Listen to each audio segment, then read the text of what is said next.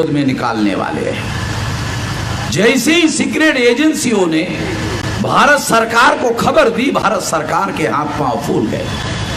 उनको लगा आडवाणी कोई छोटे मोटे नेता नहीं है, वो बहुत बड़े नेता हैं। जब उन्होंने बाबरी मस्जिद के विरोध में रथ यात्रा निकाली थी तो सारे देश भर में फसाद हुए थे, हजारों लोग मारे गए। सरकार को मालूम था, मनमोहन सिंह नरसिंह राव की सरकार थी, उनके पास रिकॉर्ड था।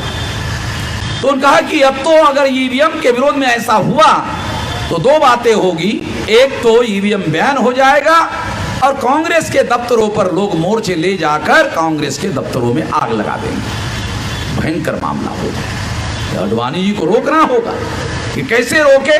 वो बीजेपी के नेताओं के पास गए, बीजेपी के सेकंड लाइन लीडरशिप को कहा, जेटली को कहा, सुषमा स्वराज को कहा। उन्होंने कहा वो तो बड़े नेता हैं, हम नहीं कह सकते।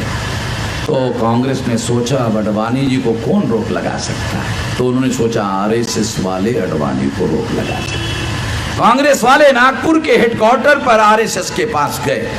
आरएसएस वालों को कहा कि आडवाणी जी को रोकना होगा। कहा क्यों? अगर आडवाणी जी को नहीं रोका गया तो ईवीएम पर बैन लग जाएगा और 2004-2009 का डोमेस्टिक और इंटरनेशनल एग्रीमेंट अनकॉन्स्टिट्यूशनल घोषित हो जाएगा और अगर ऐसा हुआ तो देश खतरे में पड़ जाएगा।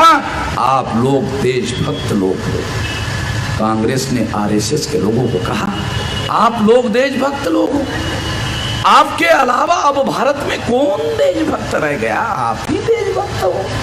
थोड़ा मक्खन लगाने का भी काम किया कांग्रेस ने कि आप ही तो देशभक्त हो, कि आडवाणी जी को रोकना होगा। और इसका ठीक है, आडवाणी जी को रोकेंगे, हमें क्या फायदा होगा? कांग्रेस ने कहा आपको भी फायदा होगा। क्या फायदा होगा? कांग्रेस ने कहा 2004-2009 में हमने घोटाला करके चुनाव जीता। डॉक्टर सुब्रमण्यम स्वामी ने आरएसएस के हेडक्वार्टर पर वो सारी फाइलें जो सुप्रीम कोर्ट में उन्होंने जमा की वो आपको भी दी है, इसलिए आपको भी पता है कि हमने 2004-2009 में घोटाला करके चुनाव जीता। इसलिए हम आपको सफाई देने वाले नहीं हैं कि हमने घोटाला करके चुनाव नहीं जीता। हम ये नहीं कहने वाले, हम ये कहेंगे हाँ जब आपको मालूम ही हो गया तो हम भी कबूल करते हैं कि हमने घोटाला करके चुनाव जीता। आप 2014 का घोटाला करके चुनाव जीतो, हमने 2 बार किया। आप 2014 का चुनाव घोटाला करके जीतो। आरएसएस ने कांग्रेस को कहा आपने 2 बार घोटाला करके चुनाव जीता और आप हमको एक कई बार घोटाला करने के लिए कह रहे हो। बराबरी की बात नहीं, ये बात बराबरी की नहीं है। कांग्रेस ने आरएसएस को कहा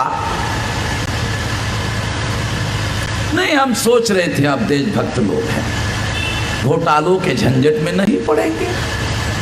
हमें क्या मालूम था, हम तो यही सोच रहे थे कि कांग्रेस ही 2 नंबरी पार्टी है, आरएसएस के लोग देशभक्त हैं। हमें क्या मालूम था आप भी 2 नंबरी लोग हो। अब आपके साथ बातचीत से मालूम हो गया आप भी 2 नंबरी लोग हो। हम कांग्रेस के लोग तो 2 नंबरी है ही है, आप भी 2 नंबरी हो, इसलिए आप भी 2 बार घोटाला कर लो। हमने 2 बार घोटाला किया, उसके लिए आप चुप रहो। आपके 2 बार घोटाले पर हम चुप रहेंगे। तेरी भी चुप, मेरी भी चुप, चिड़ी चुप। कोई किसी के बारे में कुछ नहीं बोलेगा। बीजेपी के घोटाले के बारे में कांग्रेस कुछ नहीं बोल रही, कांग्रेस के घोटाले के बारे में बीजेपी कुछ नहीं बोल रही, जबकि दोनों का घोटाला दोनों को मालूम है। चुप्पी लगा के बैठे हुए हैं।